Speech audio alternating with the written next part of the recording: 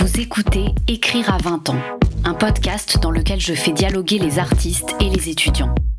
Je m'appelle Lorraine Malka, je suis autrice, journaliste indépendante, passionnée par les premiers élans de la création. Chaque mois, je m'entoure de jeunes écrivains en devenir, étudiants en master d'écriture créative, pour interroger des artistes qu'on aime et parler avec eux de ce qu'ils étaient à 20 ans, ce qu'ils vivaient, ressentaient, griffonnaient dans leur carnet.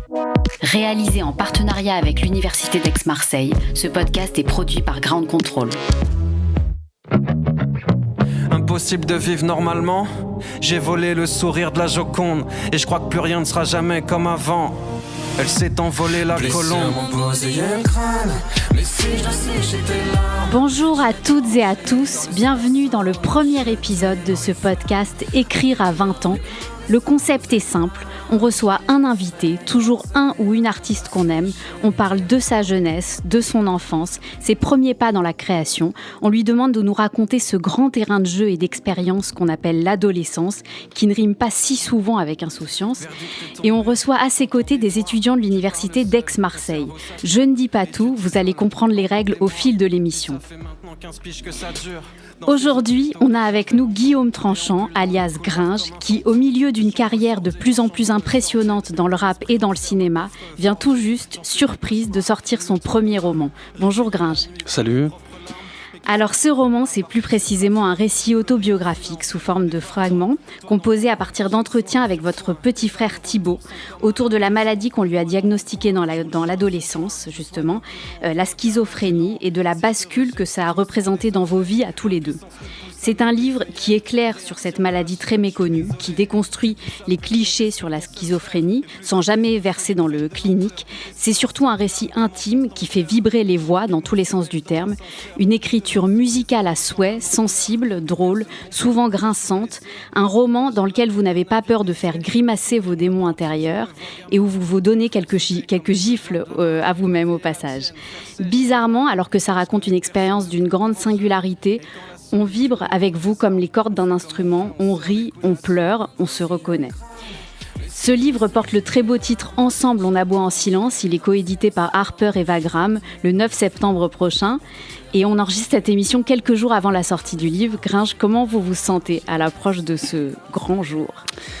Comment je me sens ? Quand j'entends quand vous posez un regard aussi bienveillant sur ce livre, je peux me sentir qu'à l'aise et rassuré. Après, je mesure pas vraiment trop ce qui se passe. Enfin, je veux dire, les enjeux, on en parlait un petit peu avant l'antenne, quoi. Je comprends pas trop. Enfin, j'ai juste hâte, en fait, qu'il soit lâché dans la nature et que les gens se le passent de main en main. Et voilà, et d'avoir les premiers retours de lecture des lecteurs, des lectrices, et de savoir ce qu'ils en ont pensé. Mais je me sens plutôt serein, dans la mesure où je pense que j'ai jamais pris autant de plaisir à travailler sur un projet jusqu'ici. Même la musique. Même la musique, ça a toujours été vachement plus difficile à décoffrer pour moi. Mais il y a un élément, en fait, dont je prends conscience maintenant que je commence à peine à le digérer, en fait, ce livre. C'est que je me suis beaucoup plus décentré sur ce projet que sur les autres, où c'était très autobiographique avec Les Casseurs, très introspectif sur Enfant Lune. Les Casseurs Flotteurs, donc le groupe que vous aviez avec Orelsan. Ouais. Il y a toujours un peu tu vois, il y a toujours un peu quelque chose où, enfin, je me revis force fatalement, mes jeunes années, l'adolescence. Je nous revis, moi et mon frère, je nous raconte, donc je me replonge dans tout ça, mais c'est surtout sur lui que je mets le focus, et sur l'environnement dans lequel on s'est construit, sur l'environnement familial, sur ce que je pense avoir saisi de la schizophrénie, de cette pathologie très opaque et encore assez mystérieuse.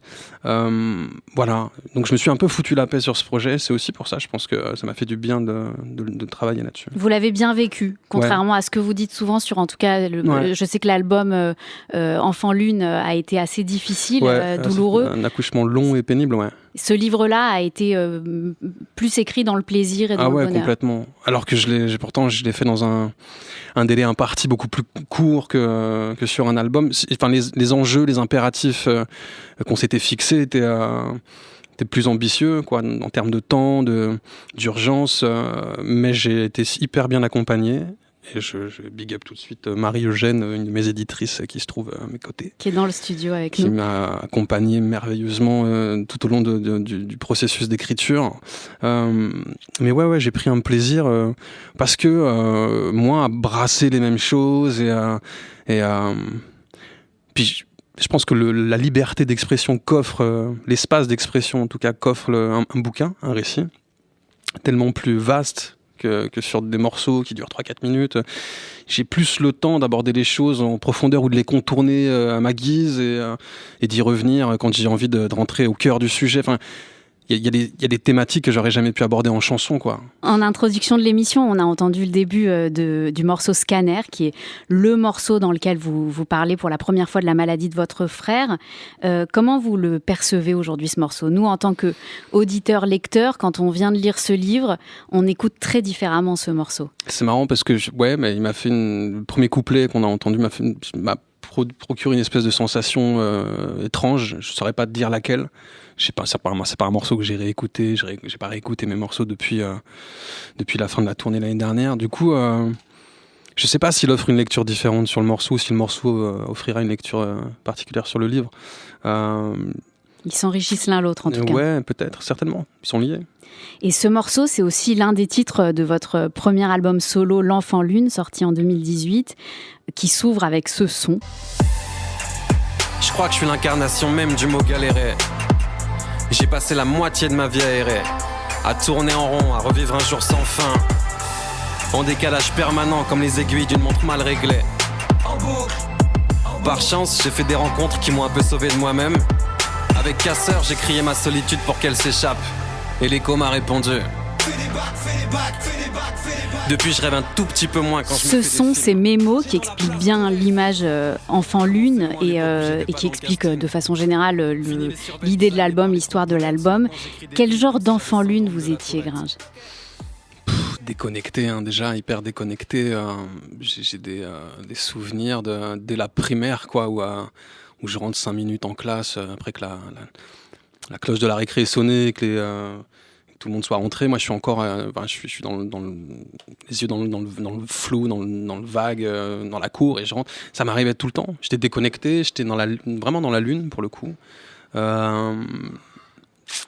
Mais je sais pas, je me racontais déjà des histoires. J'aimais déjà lire, je pense, avec mon frangin. Mais c'était nos lectures d'enfants. Sampé, le petit Nicolas. Enfin, je sais qu'on avait souvent un magazine ou un petit bouquin à la main, en vacances. Et j'étais curieux, je pense. Mais ouais, dans la réserve, quoi. Vous êtes né à Poitiers, vous avez été un peu trimballé, comme vous dites dans le livre, dans plusieurs villes de France par vos parents, donc Poitiers, Saintes, Cergy-Pontoise. Vous êtes ensuite allé à Caen, où vous êtes resté pendant 10 ans et où vous avez rencontré Orelsan. Vous racontez un petit peu tout ça par bribes dans le livre. Quels sont vos premiers souvenirs d'élan créatif, les premières choses que vous avez créées? C'est passé par quoi ? C'est passé par quoi ? Je pense que par des épisodes assez ridicules, des vinyles que je choure à mes parents et que je fous j'avais une mini chaîne et que je m'amuse à scratcher. Je pensais que c'était ça, en fait, le DJing, et donc je faisais c'était des trucs d'expérimentation, mais c'était le rap, quoi. En arrivant à Cergy, j'ai 10 ans, 11 ans, et tout de suite j'entends des trucs, j'ai des cassettes qui circulent, il y a des grands des quartiers à côté qui rappent. Alors c'est pas la même chose qu'aujourd'hui, mais quel c'est rappeur, une sonorité. par exemple, à l'époque, je vais vous citer des groupes, parce qu'il y a que les initiés LSO, Diable Rouge, les mecs de Cergy-Saint-Christophe. C'était le Ministère Amer un peu plus tard, après. Passiste, Tommy Bugsy. 95-200, c'était la première fois que j'entendais ces sonorités-là, cette manière de dire. Puis à l'époque, c'était des mecs engagés. C'était presque de la musique militante, quoi. Il n'y avait pas autant d'esbrouf qu'aujourd'hui, autant d'artifices. C'était vraiment frontal et ça avait du sens. Du coup, c'est un truc qui m'a percuté de plein fouet et j'ai commencé à gratter. C'est pour ça que je pense que mes premières expérimentations sont liées à l'écriture, rap.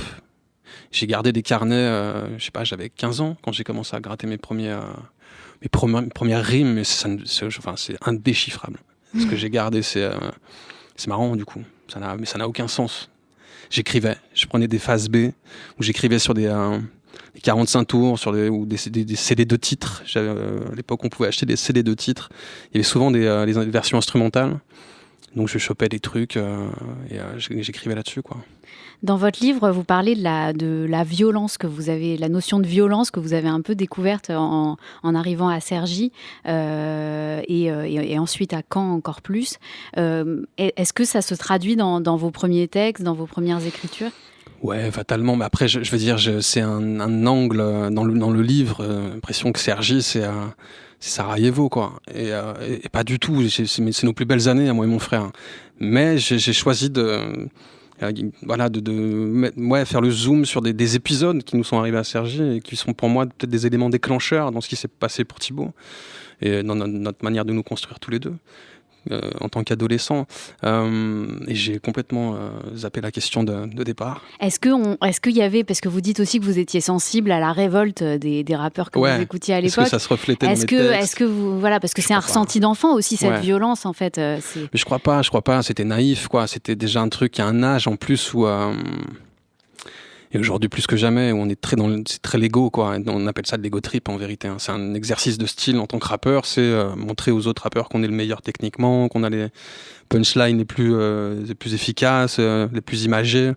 Donc je pense qu'il y avait un truc un peu comme ça. Et je pense, mais même si mes groupes de référence étaient certainement à l'époque Ministère Amer, comme je le disais, ou NTM. Je savais pas écrire. J'étais pas suffisamment construit moi pour construire des rimes. Consciente entre guillemets, ou en tout cas je sais pas trop ce que je racontais, certainement moi je devais m'idéaliser ou me transcender un peu grâce à ça, quoi, m'inventer un double, mais comme on fait tous quand on commence à écrire, on se fantasme un peu, quoi. Vous en parlez pas vraiment dans le livre, mais vos parents, je crois, étaient aussi vraiment en lien avec le monde de la culture, plutôt côté comédie, c'est ça ?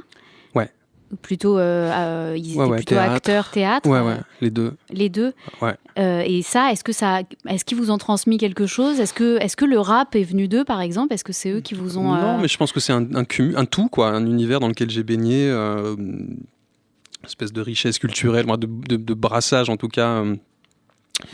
Mais ça m'a jamais attiré. Par exemple, ils ont fait du théâtre très longtemps avant que j'arrive.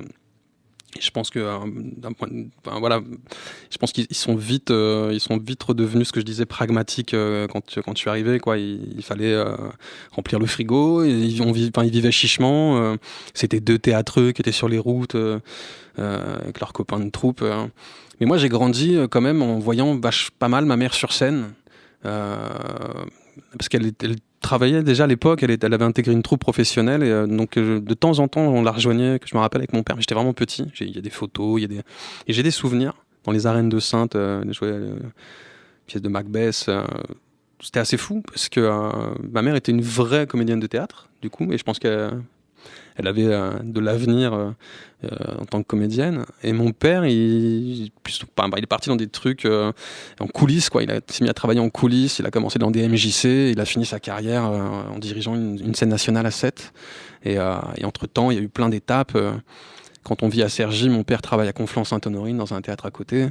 Et toutes les semaines, tous les week-ends, j'y suis. Donc je grandis dans un lieu de spectacle vivant, je suis derrière les rideaux, j'observe les artistes, je les observe se changer, je les observe parler, je les observe, quoi, tout le temps en permanence, et j'ai la chance de pouvoir mater Raymond DeVos sur un côté de la scène, ou Guy Bedos. Je les ai tous vus en fait, des humoristes et des comédiens de théâtre qui jouaient du classique. Je garde une espèce de souvenir vraiment très privilégié de tout ça. Et je pense que c'est ce qui constitue une partie de ce que je suis devenu, mon ADN d'artiste, quoi. D'autant que vous êtes aussi devenu comédien, et d'ailleurs à un moment dans le livre vous décrivez un peu le fait que vos parents aient un regard peut-être un peu dur vis-à-vis de votre jeu d'acteur. Toujours, mais j'adore en rajouter. Ma mère peut être un peu comme ça, mais parce que là d'un coup je pense que c'est son bagage de comédienne qui... Elle me dit, je pense qu'elle me dit, t'as du potentiel, maintenant faut que tu l'exploites. Il suffit pas d'y aller à l'intuition et à arriver les mains vides, tu vas le faire juste au naturel.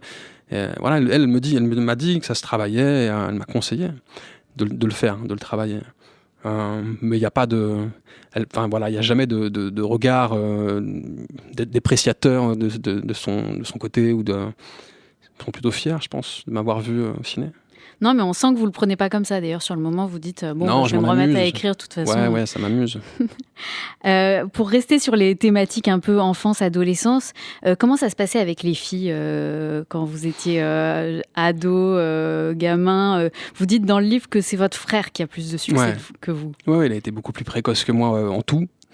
Quand on est ado et qu'on enfonce les interdits, qu'on court vers les interdits, Thibaut, il a été vachement plus précoce que moi, avec les filles, avec toutes les expériences, je pense. On cherche à tester nos limites, quoi. Les premières fois où on boit, les premières cuites, les premières fois où on tire sur des joints, les premières bagarres, les premières amoureuses. Je pense que j'étais vraiment très très très timide avec les filles. J'avais déjà dans des bandes de potes, on était très nombreux à Cergy et je crois que ça a été le foot très longtemps et les copains, quoi. En vérité, on était en meute, quoi, tout le temps, et on a grandi comme une fratrie, quoi. J'étais avec 15, 20 petits mecs et on grandissait tous ensemble. Mais Thibaut, il était, je sais pas, il avait une espèce de facilité à être lui-même avec tout le monde, quoi. Filles, garçons, adultes, il était touchant, quoi. Il n'y avait pas de filtre. Il voyait pas le danger, il voyait pas les... Et je pense que du coup, il en devenait touchant, quoi. Il en devenait séduisant, et puis il était aussi plus fonceur, quoi. Et plus curieux avec les filles. Je sais pas, les premières chéries qui la ramenaient à la maison, quoi. Il était petit, c'était rigolo. Parce que moi, c'est un truc que je me permettais pas de faire, ou même quand j'avais seulement des copines, et pas des petites copines, je n'osais pas en parler ou les ramener, ou c'était la honte devant les potes. C'était... Et pourtant, vous êtes quand même le grand frère protecteur dès le début. Vous racontez ça, c'est très touchant, la relation que vous avez eue avec lui, où vous avez eu des périodes de distance, mais des périodes de fusion, enfin de proximité très forte, en fait. Enfin, une proximité tout le temps, j'ai l'impression. Et vous étiez toujours avec ce sentiment de devoir le protéger. Ouais. Petit, ça me paraissait être une évidence. C'est comme ça qu'on avait été aussi éduqués, je pense. C'est un truc que les parents ont dû nous transmettre. C'est un truc de famille et qu'on observait certainement chez les amis aussi. Mais enfant, je protégeais énormément mon frère, un peu trop. Je pense que je le couvais même. Et on avait une relation... Jusqu'à être menaçant parfois, puisque vous racontez une complètement. scène. Je pense que n'importe quel grand frère ou grande sœur, on a tous...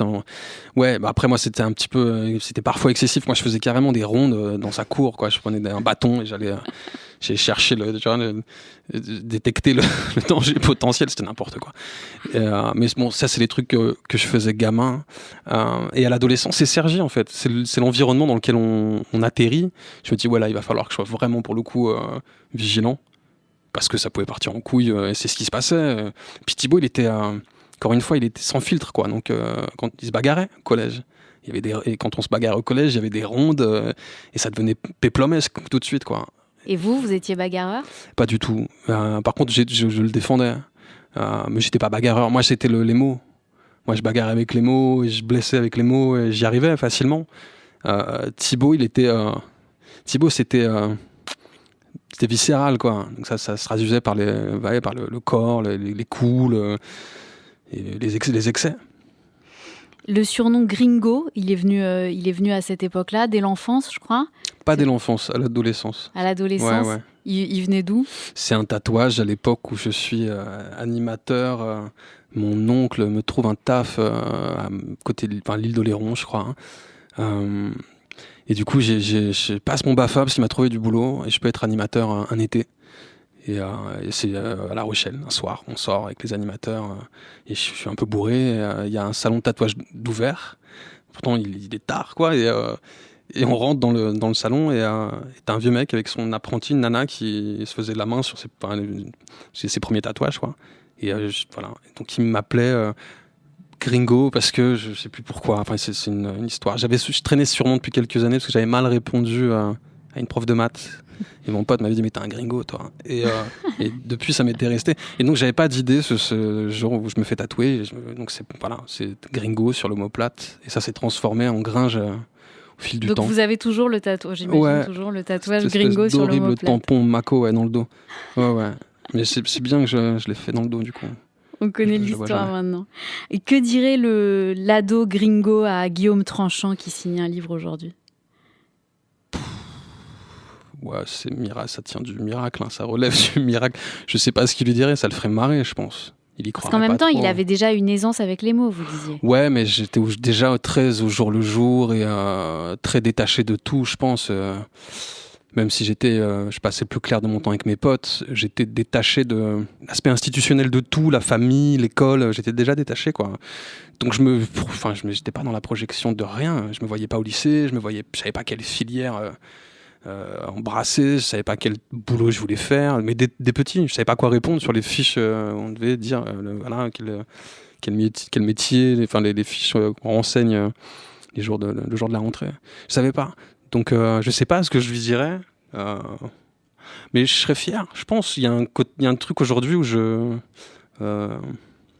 où j'ai cessé de me déprécier ou de me dire je suis pas légitime pour telle ou telle chose. J'ai compris maintenant, quelle que soit l'ambition qu'on y met et qui on est et d'où ça part, quoi. Écrire un bouquin chez soi ou avoir l'appui d'une maison d'édition. Je sais que l'écriture chez moi, c'est aussi au-delà du fait d'être quelque chose de très libérateur, c'est un vecteur d'émotions et qui rassemble. Je l'ai observé en concert et c'est ça qui m'intéresse. Alors, on va écouter 3 gringos d'aujourd'hui pour savoir ce qu'ils disent, donc des grands ados qui ont un peu plus de 20 ans. On accueille à distance 3 étudiants qui suivent le master de création littéraire à l'université d'Aix-Marseille. Ils vous ont lu, ils sont passionnés de façon générale par la création, l'écriture et le rap. Donc ils ont choisi de vous lire. Moi j'avais demandé un étudiant, ils ont décidé de se mettre à 3. J'avais demandé 5 minutes de reportage, ils en ont fait 13. Donc pour vous dire que on est plutôt dans le débordement de générosité et d'envie. Ils s'appellent Zoé, Martin et Sylvain. Et donc, ils vous ont préparé, Gringe, un reportage radiophonique confectionné entièrement par eux. Je précise 2 choses avant qu'on les écoute. D'abord, pour les auditeurs, je précise que l'introduction de ce reportage est un clin d'œil inspiré des premières pages du livre de Gringe. Donc, vous comprendrez en lisant le livre. Et deuxième chose à savoir, plus pour nous, à garder en tête, c'est un portrait qui est très dense, très fouillé. Donc, je demande une concentration absolue pour nos petits cerveaux lents de 30-40 ans pendant les 13 minutes qui viennent. Vous allez voir, ils sont difficiles à suivre. On les écoute. Bonjour Martin, on vous propose de faire le portrait de Gringe à la radio avec Sylvain et Zoé. Ça pourrait compter comme un stage. Comme ça? Après avoir entendu un simple podcast? Moi qui sentais ma bonne étoile se faire la malle depuis un moment, je pense plus à rien sauf bénéfice. Poser un pied à la radio en mettant à profit mes talents d'écriture sans trop me fouler. Boulot facile, argent rapide. Enfin, pas vraiment, mais vu que je suis en fac de lettres, je prends quand même. Banco, je dis ouais. Banco, j'appelle mes potes. Ouais allô? Bon, on nous propose de faire une présentation de Gringe. Ce serait pour la radio. Vous seriez chaud ou pas? Bah... c'est-à-dire que...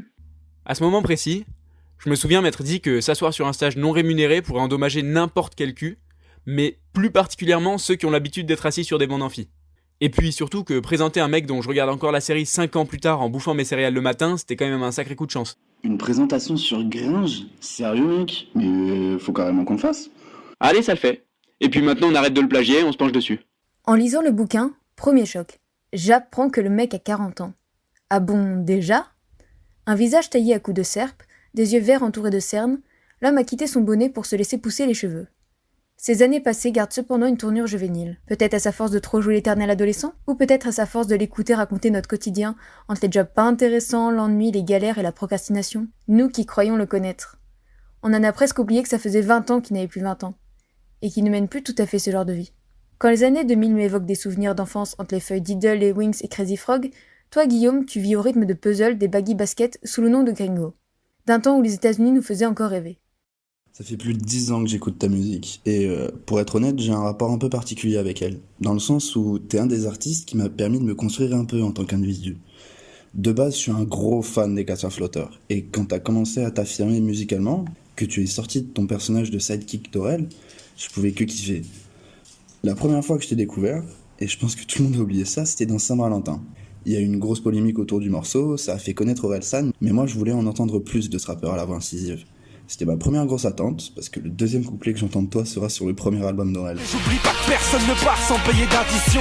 Chacun de nos actes déclenche un effet papillon. Changement de décor en 2001, quand Thibaut, ton petit frère, se fait diagnostiquer schizophrène et que les tours jumelles s'effondrent. Quand l'un des frères veut s'échapper, l'autre doit s'enfermer. S'ensuit un combat où chacun fabrique des armes à sa manière, l'un en se sabotant, et l'autre en vivant à travers un imaginaire collectif entouré de voix. Guillaume Tranchant, c'est l'histoire d'un type qui voulait trouver son chemin dans le chaos. On fait un bond dans le temps et c'est en 2011 qu'Aurel revient te voir et te propose d'enregistrer sur son nouvel album Le Chant des Sirènes.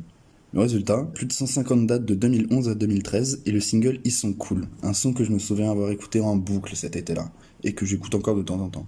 Fuck le rap, je suis à la fac. Ouais, pire qu'une animalerie, y'a plat la chatte. Quoi de neuf? Été 2015, vous sortez pas d'album. Et pour cause, le 23 mars, vous commencez le tournage de votre premier film, Commencez loin. Selon toi, le film peut être considéré comme une préquelle du premier album. Et donc le scénario, c'est pas si éloigné. Vous avez que 24 heures pour enregistrer le single de votre prochain album, et vous allez galérer comme beaucoup d'entre nous l'auraient fait. C'est-à-dire en passant la soirée avec des potes et en faisant les choses au dernier moment. À peu près dans la même période, vous commencez à tourner pour la série Bloqué, qui semble se passer dans le même univers que l'album et le film. Vos vies ressembleraient presque à nos vies. Je me souviens m'être fait cette réflexion un jour dans le canapé d'un pote, ça devait être la 15e fois que je dormais chez lui en 3 semaines. Passer notre soirée à fumer des clopes et échanger des paroles du même niveau que vous deux. Et c'est en ça que votre univers est à la fois frais dans le rap game et classique. Parce que les casseurs flotteurs, Bloqué, le film, pour moi c'était la première fois qu'on décrivait mon quotidien. Comme l'a dit Sylvain, t'accèdes à la notoriété grâce au duo des casseurs flotteurs. Entre vos albums, votre film et la série Bloqué, vous arrivez à créer une véritable autofiction. Dans cet univers, ton avatar est un mec à la fois cynique et égocentrique qui pourrait carrément sortir d'une BD. Et pendant pas mal d'années, c'est l'image qui va te coller à la peau, en fait jusqu'à ce que tu te lances dans ta carrière solo. Dans une interview, tu confies que tu n'arrives à écrire que sur ton expérience et ton vécu. Avec les casseurs, si tu pouvais parler de toutes ces années de colloque avec Aurel, c'était avec un certain recul et donc du second degré. D'ailleurs, votre album Orelsan et Gringe sont les casseurs flotteurs est un vrai hymne à l'immaturité.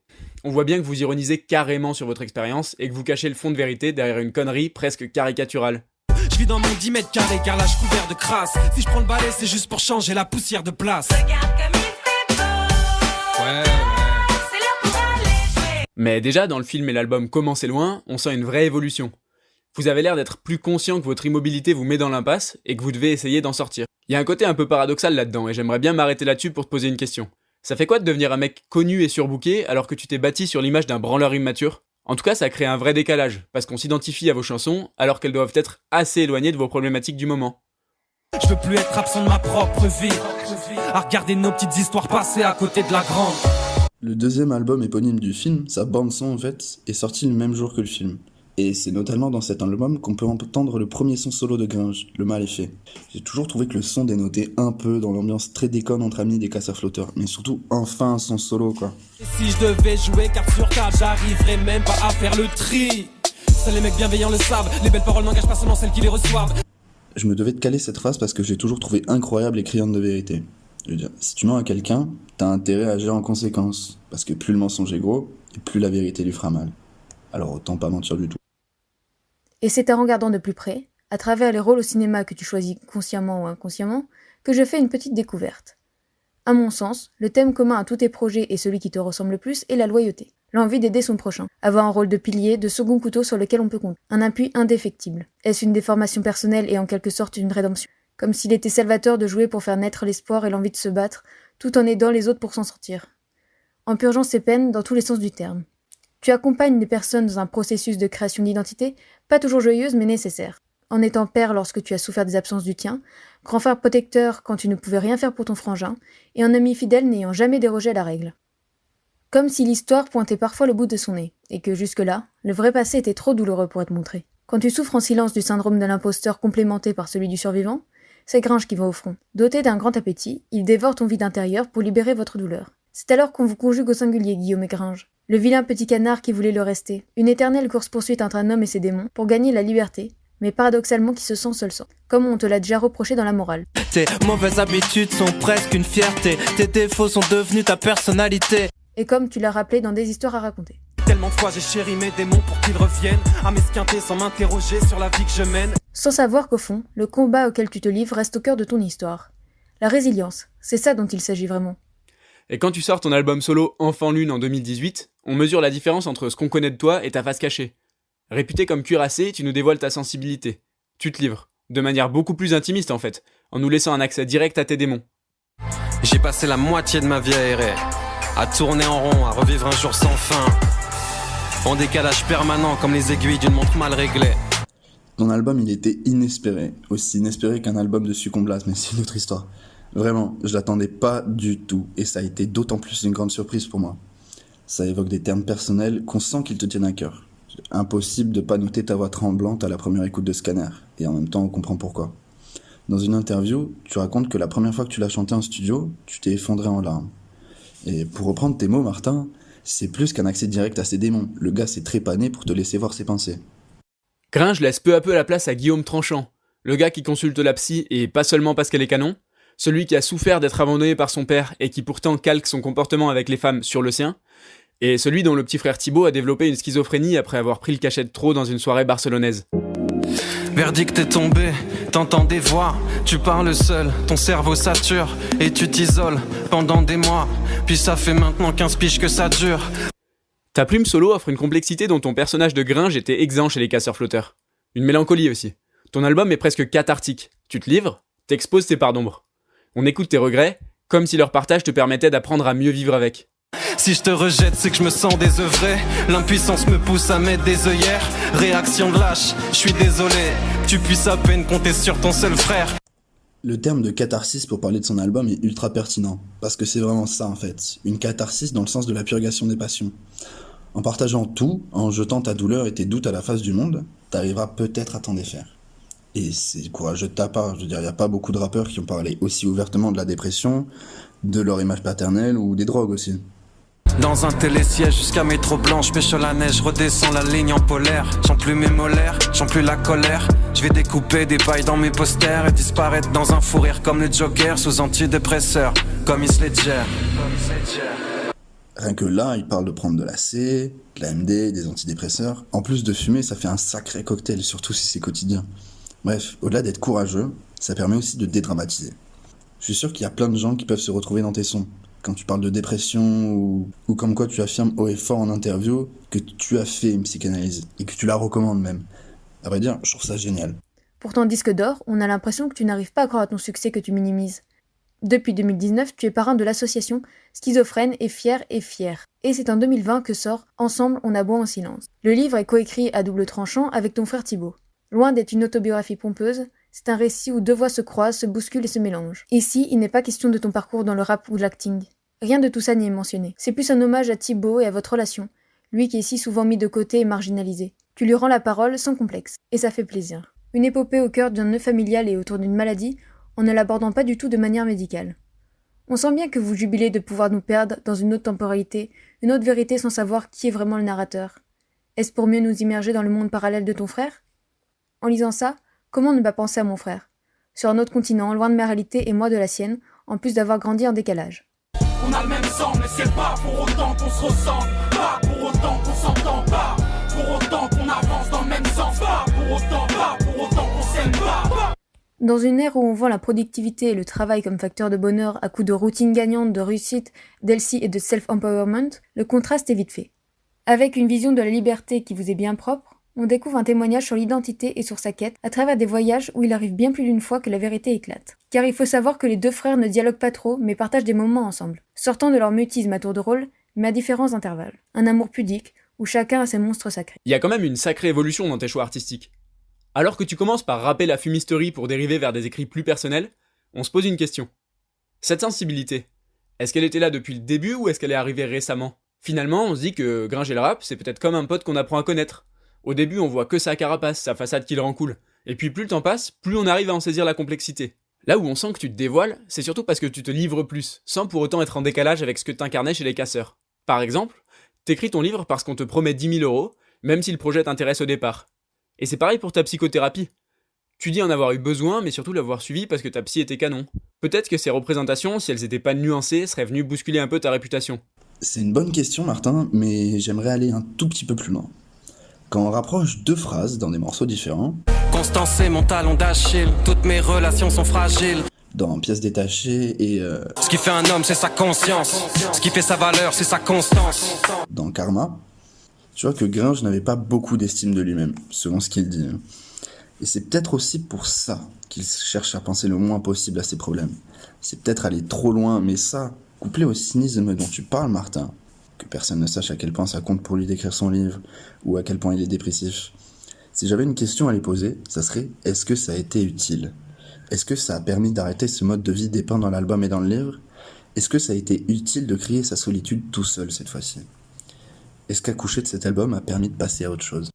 À Ensemble, on aboie en silence, je répondrais plutôt « Ensemble, on s'aime en silence ». Pour finir, comme tu as cité Jiddu Krishnamurti dès la première page de ton livre, j'avais envie de t'en partager une autre du même auteur. Pour la plupart, la liberté est un idéal, quelque chose de très lointain que l'on ne peut pas atteindre. D'autres affirment que pour être libre, on doit être discipliné. Mais la liberté n'est pas au bout du chemin, elle est dès le premier pas. Alors, Gringe, faut-il essayer de soigner ses passions ou de se soigner par elles ? Alors, Martin, Zoé et Sylvain sont à distance par téléphone avec nous. Ils étaient très contents de vous parler directement. Gringe, est-ce que vous nous entendez ? Ouais, allô ? Vous êtes avec nous ? Ouais. Alors, Gringe est ici avec moi. Est-ce que, Gringe, vous voulez d'abord leur dire un mot ? Ouais, non mais merci pour ce... À la fois, je pense, pour l'énergie que vous y avez mis et pour ce que ça dit, je pense que je suis très touché par ce portrait que vous dépeignez, et je le trouve, je me reconnais un peu partout. C'est fin, c'est très bien observé. J'ai l'impression de sortir d'une séance avec ma psy, et ça me manquait, donc merci pour ça, merci pour cette piqûre de rappel. Voilà, c'était le petit moment Mireille Dumas, c'était très très agréable. et dérangeant par moment, mais bravo pour ça, vraiment bravo. Oh, merci. Merci, ça fait plaisir. C'était vraiment sympa à faire quand même. Je pense que c'était une vraie chance. On peut te remercier, Lorraine, parce que je pense qu'il y a 3 mois, on s'attendait pas à ça. Puis non, ça nous a tous fait très plaisir.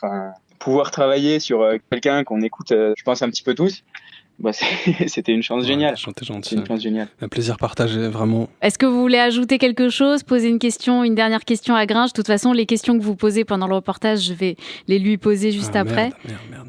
Déjà, comme je l'ai dit, par tes sons, t'es un des artistes qui m'a permis de me construire. Donc déjà, je voulais te dire merci pour ça, parce que c'est ouf.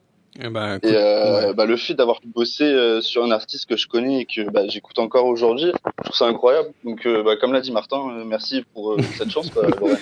Très touché, mon pote, hein. Vraiment très touché.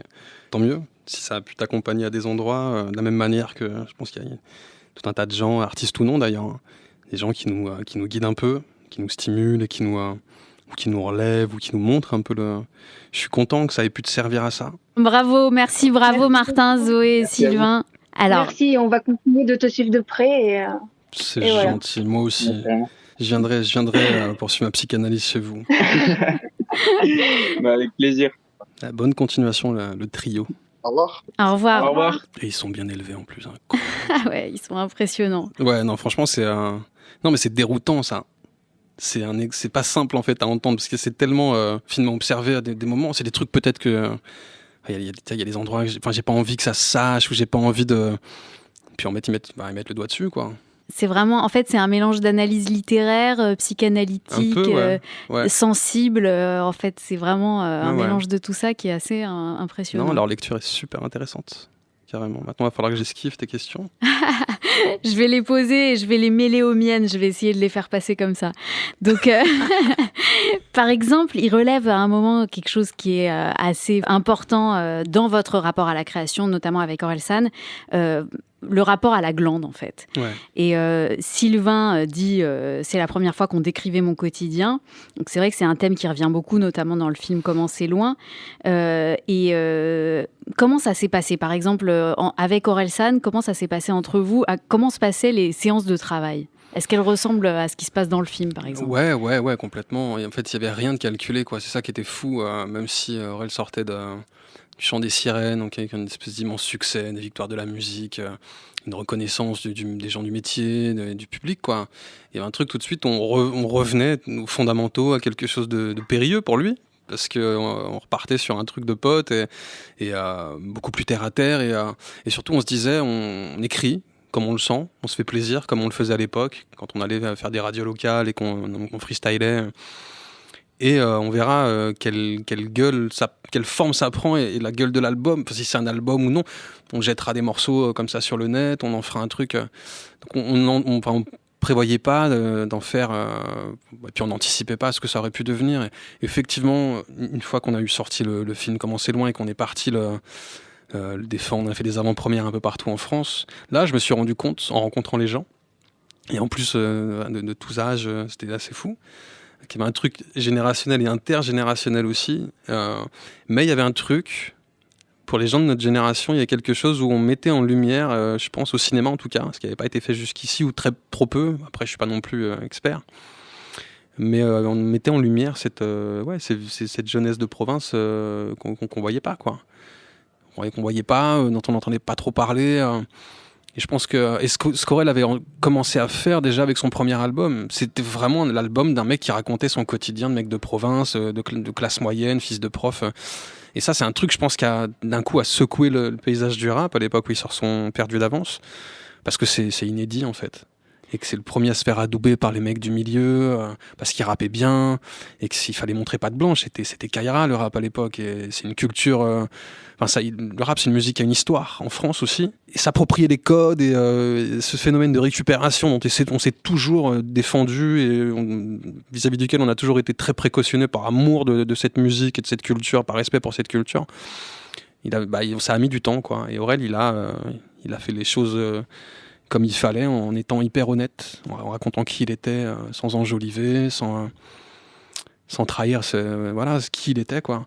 Et ce qu'on a fait dans le film, en fait, ce truc qui nous a suivi après, sur Ils sont cool, sur Le Chant des Sirènes, sur les albums casseurs, le film et la série, c'est nous, quoi. Il y a très très peu de filtres, et je pense que ça raconte une jeunesse, quoi.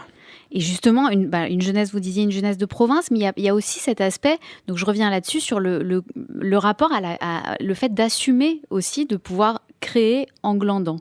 C'est quelque chose qui va un peu à l'encontre de principes dominants dans notre société et qui paraît en fait salvateur pour pas mal de C'est une gymnastique personnes. qui s'entretient. On peut pas bosser en glandant. Enfin, je veux dire, il faut un minimum de rigueur dans on peut être glandeur et rigoureux là-dedans. On peut être bloqué sur un canapé et bosser dans sa tronche, regarder par la fenêtre et écrire des rimes dans sa tête. Enfin, je veux dire, on n'a jamais cessé d'entretenir cette gymnastique-là, cet élastique-là, toujours depuis qu'on se connaît, en fait. On a commencé à installer un pseudo-studio dans le garage de mes parents à l'époque où on s'est rencontrés. Vous êtes rencontrés à 20 ans à peu près, justement. Ouais, on avait la vingtaine. Il est venu vous chercher, l'histoire qui est racontée un peu partout, c'est qu'il est venu vous chercher dans un magasin de skate. Ouais. On avait des connaissances communes, quoi, et puis on s'était croisés à des soirées, on faisait des cyphers, on rappait dans des cercles, des trucs, et un jour il est venu, quoi, il m'a dit viens, on rappe, quoi. Mais vous diriez que vous aviez l'ambition à ce moment-là ? Non, mais zéro, mais lui non plus. Enfin, on avait juste l'ambition de s'éclater, de gratter, de se la raconter par rapport aux potes, tu vois, d'être les premiers à... Et bien, on était passionnés aussi, je pense, quoi. Vraiment, on était passionnés. Ça, c'était un truc qui trompait pas, quoi. Ça, un truc qui prévalait sur tout le reste. Même les soirées, les trucs avec les potes, on était à fond dans notre truc, quoi.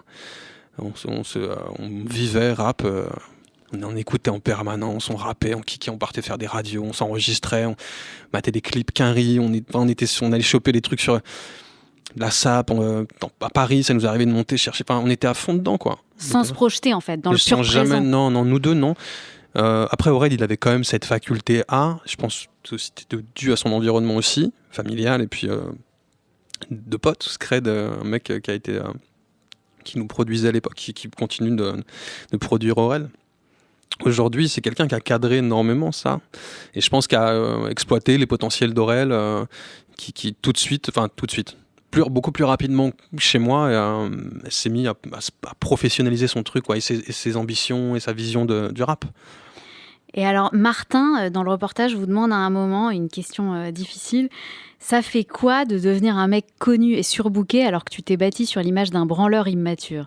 Il dit que ça crée un décalage. Tout de suite parce que je pense que je suis ni l'un ni l'autre. Je suis ni connu, et je pense que et vraiment, c'est pas de la modestie que de le dire, je le vérifie, j'ai eu mon moment avec Aurel, et ça a été super, et je garde une petite notoriété, les gens me percutent, on discute quand on se croise dans la rue, et c'est très agréable, mais je vis pas la célébrité, du coup, je subis rien.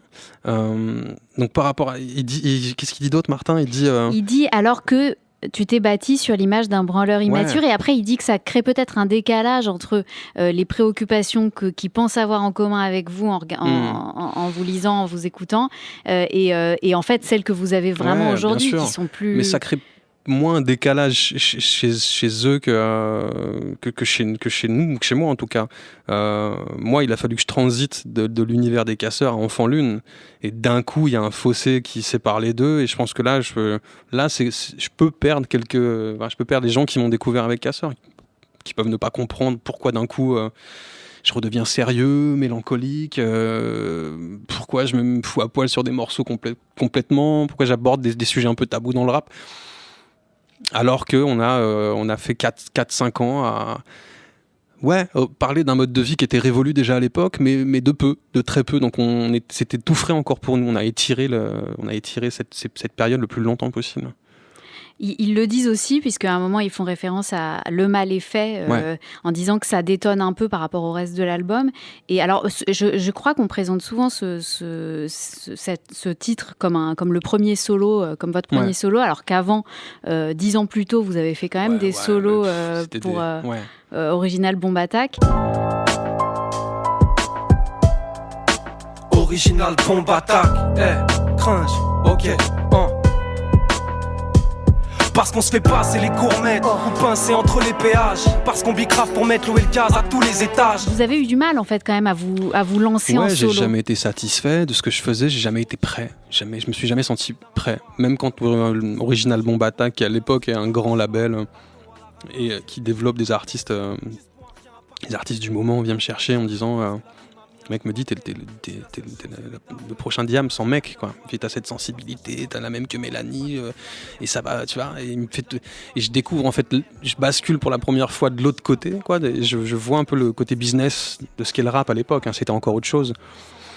Et je suis pas prêt, je suis déphasé, ça va trop vite, c'est violent. On parle d'argent, des médias, les trucs. Moi, je déboule de Caen. Tu vois, on vient me chercher, je suis dans ma tanière.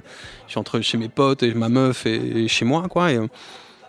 Mais en même temps, je connais l'histoire des mecs avec qui j'ai collaboré. Je connais l'histoire du label. Je sais qu'il y a un côté, c'est pas flatteur, mais il y a quelque chose d'hyper encourageant, quoi. Mais malgré ça, j'accroche pas. C'est très difficile aussi, je pense, de faire confiance à des producteurs. Ouais, complètement. Mais bon, après, c'était quand même super. On bossait dans un environnement qui était quand même très cool. C'est juste, j'étais trop loin de tout.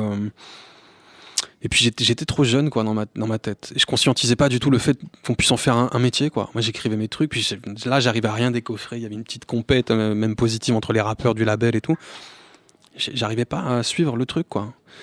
Donc c'est des textes, c'est des amorces de trucs un peu naïfs de l'époque. Je sais pas rapper, quoi. C'est-à-dire que j'ai peu d'expérience en studio, en cabine. Où je prends des respirations, ça s'entend, je m'étouffe. Je suis complètement flippé, quoi. Et quel a été le déclic alors pour Enfant Lune et pour ce livre, de vous lancer plus en solo? C'est un processus, c'est le fait d'avoir accompagné d'abord dans un premier temps mon pote sur scène et de l'avoir backé. Je pense que déjà ça, c'était le fait de me confronter au public, de monter sur scène, d'investir un espace scénique, de me foutre à poil aussi, même si planqué derrière mon pote et la musique. C'était une première étape. Et puis les casseurs, ça a été un saut, un plongeon dans le grand bain hyper frontal. Là, il n'y a pas eu de phase transitoire. C'est ça te dit on fait un album, ouais, ok, viens, on commence à bosser des morceaux. Et puis d'un coup, il se passe au bout de 5-6 mois, putain, on a un album et puis tout s'enclenche. Il y a toute une machine derrière Aurel déjà qui est déjà un artiste installé. Et donc là, j'ai pas le temps de dire ouf, quoi. Je découvre tout ce qui vient avec, la promo, la notoriété, l'argent, le regard des gens qui changent. Le mien, pareil, voilà, j'ai plus les pieds j'ai les pieds qui touchent le sol. Enfin, il y a des moments de ça part un peu en vrille, ou des moments où je profite, je vis des moments suspendus, quoi, hors du temps, des moments fous en concert. Enfin,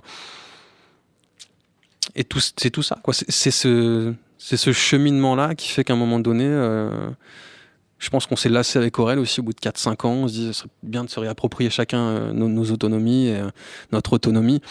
Et puis moi, je me sentais enfin la légitimité à ce moment-là. C'est marrant, à 37-38 ans, enfin, même si j'étais plus dans le rap, enfin, j'écoutais déjà plus vraiment ce qui se faisait. Je pense que je maîtrisais plus les codes du rap actuel. Mais c'était le moment pour moi. Et c'est marrant parce que c'est toujours avec un train de retard, quoi. Et même là, 38 ans, je sors mon premier album et je me sens légitime pour le faire. Et je pense que j'ai besoin de le faire, même si je sais pas ce que ça va donner, même si je le fais et qu'à l'arrivée, une espèce de laboratoire un peu bizarre. Il fallait que je le fasse là, quoi. Alors, pour rester juste sur le vertige du succès quelques secondes, il y a quand même un aspect dans le livre qui s'ajoute à tout ça, enfin, que vous racontez dans le livre, qui est aussi le décalage que vous vivez par rapport à ce que traverse votre famille, votre frère, et qui fait que vos succès, vous vous sentez obligé de les vivre dans une forme d'amnésie où il ne faut pas que vous en preniez trop conscience parce que ça va trop vous éloigner de votre frère. Mais ça, c'est un truc, je pense qu'il faut le vivre pour le comprendre, quoi. C'est du jour au lendemain, quand on chope une petite image publique et que les gens se mettent à vous reconnaître. Il y a un truc, chez moi en tout cas, c'est ce qui s'est passé, quoi. C'est pas seulement le regard de la famille, des proches et tout, c'est le regard des potes aussi. C'est les potes, c'est les gens avec qui je vis à l'époque, moi, depuis des années avant la musique. Et quand je vois d'un coup... chez certains, les intérêts prennent le pas sur les principes et que je deviens cette espèce de pour la famille de faire valoir au nez à la barbe de mon frère. Ça, c'est un élément, quoi, mais c'est d'un tout qui me plaisait pas déjà. Puis voilà, le fait il y a un truc à un moment où on s'oublie aussi quand on est en permanence exposé. On s'abandonne, on oublie un peu qui on est. L'ego prend le dessus et moi je pense qu'il y a des moments où j'ai pas géré, quoi. J'étais maladroit, plus qu'était maladroit d'ailleurs. J'ai fait de la merde, j'ai dit des conneries, j'ai fait des conneries, je me suis un peu paumé là-dedans. Il y a du bon et du mauvais, quoi. Mais par rapport au regard, très compliqué d'appréhender ça. Il faut toujours des potes autour. Pour nous rassurer, pour nous dire, ok, nous, voilà, on n'a pas des potes qui bougent pas, quoi, qui restent constants là-dedans et qui sont juste heureux, en fait, de ce qui nous arrive. Mais je pense que ça, c'est pour n'importe qui qui a connu ça, c'est ce qui arrive, quoi, fatalement. Des potes ou de bons lecteurs, auditeurs comme Zoé qui analyse entre vos lignes, entre vos morceaux, entre vos rôles au cinéma, qui a un thème commun, qui est la loyauté, l'envie d'être un pilier, elle dit, un appui indéfectible pour votre prochain. Elle remarque ça sous-jacent comme ça dans toutes vos créations. Qu'est-ce que vous dites de cette analyse ? Je suis un sidekick, fidèle et loyal. Et je pense que je suis quelqu'un de très solitaire depuis toujours et très casanier, mais que mes potes se sont toujours ma porte leur est toujours restée ouverte et ils le savent. Et il y a un truc où je rassure, je pense que je sais écouter. Si j'ai plus de mal, moi, à me sonder, me raconter avec précision et tout, je sais écouter les autres et je sais peut-être quoi dire pour les accompagner, les conseiller. Du coup, il y a ce truc qui revient peut-être un peu tout le temps, y compris dans mes rôles au cinéma. Si je les refais les uns après les autres, c'est le rôle d'un grand frère, c'est un coach sportif, mais qui coach des gens qui pourraient être mes petits frères, mes petites sœurs. C'est dans Les Chatouilles, c'est le meilleur pote. Et dans Damien veut changer le monde, c'est pareil, c'est le meilleur pote, c'est le sidekick un peu paumé. Il y a toujours ça qui revient. Je pense que c'est marrant. Enfin, je veux dire, j'ai refusé quelques rôles qui étaient trop loin de moi, je pense, et que je suis avec recul, je suis allé vers ceux qui me parlaient, quoi, que je pense qui me ressemblaient le plus. Bien vu, Zoé. Ouais, à fond. En tout cas, dans le livre, vous dites quelque chose de très beau, c'est que l'empathie, c'était pas quelque chose qui vous était naturel et que c'est un chemin que vous avez fait pour vous ouvrir à ce petit frère si singulier. Ouais.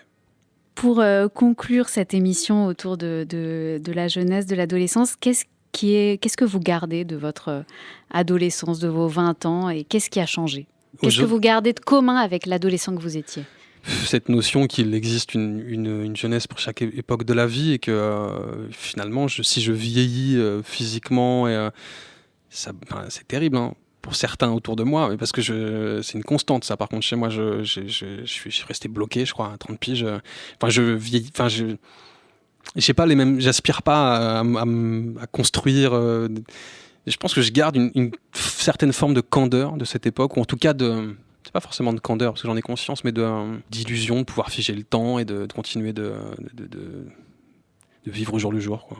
On termine avec la question philo de Zoé. Faut-il essayer de soigner ses passions ou de se soigner par elles ? Sacré Zoé. Je vous avez 2 minutes.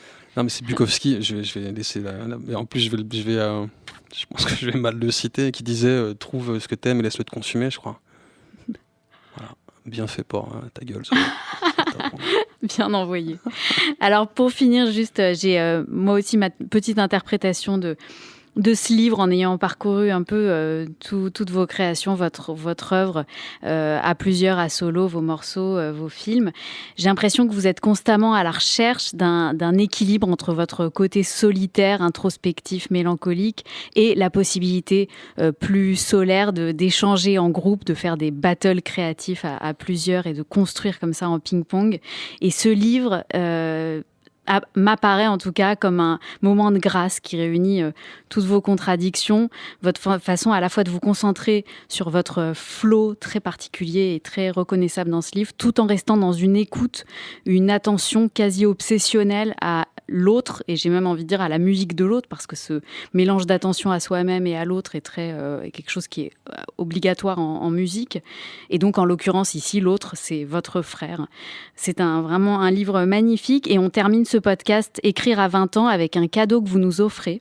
Ensemble, on aboie en silence sort le 9 septembre, et le même jour sort le livre audio qui se rattache au livre, dans lequel vous avez fait une sorte de BO, déjà une lecture de votre livre avec la voix de, rappelez-moi son nom. Parado. Qui prend la voix de votre petit frère.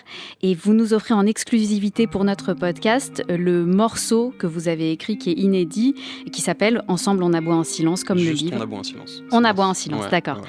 Merci Gringe. Merci de m'avoir reçu. Bravo, on écoute le morceau. Une prière vers le ciel, plaie sur laquelle je verse le sel. Full feuille, une tête brûlée, il ira se brûler les ailes. Rien peut nous perturber. Ce soir la nuit est belle. Gratter un tour gratuit, rester des sales mômes toute la vie. Juste une autre façon de la voir, parle pas de mauvaise éducation. Step backward sur nos parties de foot au City Stade la nuit. Tard le soir sur le parvis, on se repère au bruit du ballon. On défie le daron, l'ambiance est paramilitaire. Et puis on effrite le marron, ça sent la paraffine cet hiver. Et quand je me noie dans mes larmes, que je mords le fruit du démon, c'est encore toi mon frère qui me ramasse à la petite cuillère. On se fout de la mise en page, ensemble on vit dans la marge. Et si les faux nous taxent de faux, dis-moi au fond, qu'est-ce qu'ils en savent? Celui qui t'a mis en cage, je vais lui faire vivre un enfer. Je ne connais rien de plus grand qu'être ton grand frère.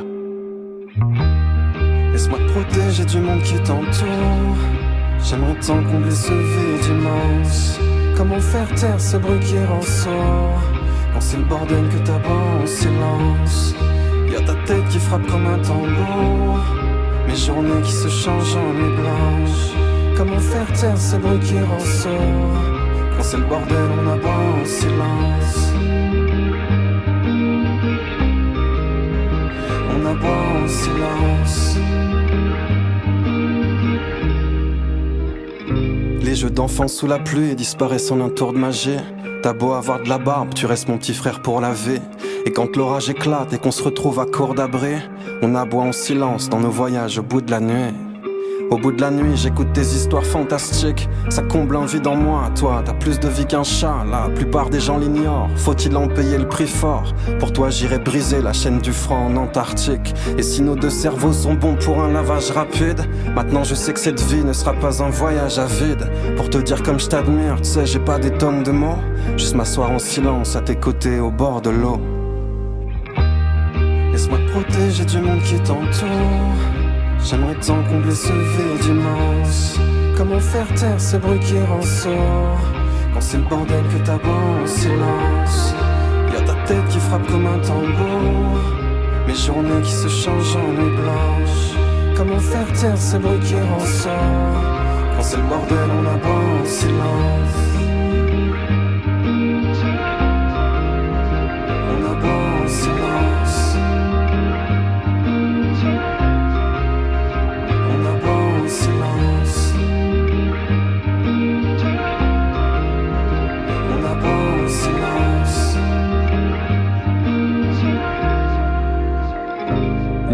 vers le ciel, plaie sur laquelle je verse le sel. Fout le feu à une tête brûlée, il ira se brûler les ailes.